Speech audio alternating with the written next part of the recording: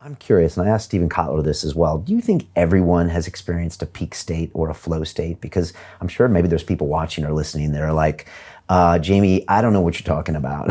Yeah. And I'm wondering, do you think everyone has?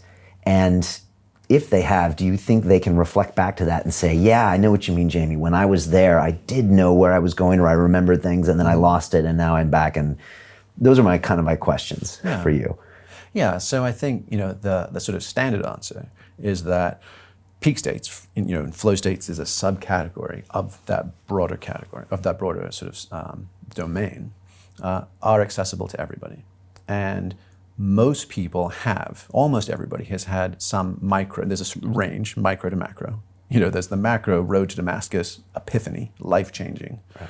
And then there's the micro of, I had 15 to 30 seconds on a walk with my dog where the light was coming through the trees just so, and I smelt things, and I just felt suddenly extra alive and suddenly no place else. And the thing that's often confusing for folks about the micro ones is that they're rarely the photo album flashbulb memories. They're very rarely your wedding or your prom or your graduation or the pomp and circumstance times. They're blips, and they happen in the flow of things, of life, and we typically don't tag them and label them.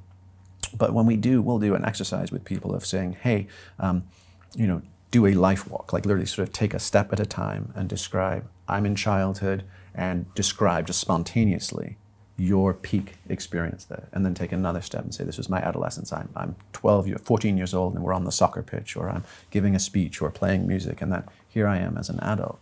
And the results of just that exercise, just guiding people slightly to remember and let themselves be surprised by what comes up. So no scripting and no rehearsing. People often end up weeping. They often end up sharing things with complete strangers in that exercise they haven't shared with spouses or significant others. And it's because what happens when we're in those peak states is that there's a cascade of neurochemistry. So you get norepinephrine and dopamine and anandamide and all these things that actually are memory encoders. So they say, hey, this is salient, right? This matters in some way. Save it for later, take it from short-term experience and transfer it over to long-term memory. So the memories are incredibly rich and they're profound, but we don't file them. They're lost in the stack. Right. And when we're given that experience, it's often really empowering for folks because they're like, oh, this isn't something out there for people not like me. This is something I have lived and I've yearned for. And Csikszentmihalyi, the godfather of flow research, said, these moments, you could almost say that these moments are effectively the driver of all civilization. All art, all music, all beauty, and much else has been us seeking these moments that make us come alive. So in that respect, I would say absolutely, it is a birthright and it is accessible and does not need to be something mysterious.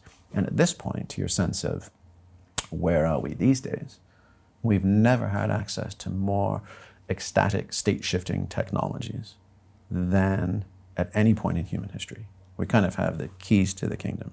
And so in that respect, I would say, don't die wondering. If you're curious, right, there are a dozen ways to shoot the moon. There are a dozen ways to go and see for yourself. Such as? Well, you can take it from the low end, where you could say, go and do a 10-day Vipassana retreat. Right. Okay.